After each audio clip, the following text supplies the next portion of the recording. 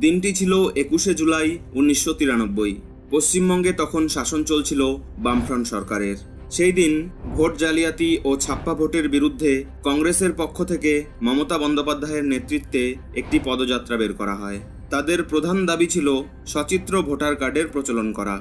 কিন্তু তৎকালীন বামফ্রন্ট সরকারের অধীনস্থ পুলিশ মিছিলে গুলিবর্ষণ করে, যার ফলে 13 জন তরুণের প্রাণ যায়।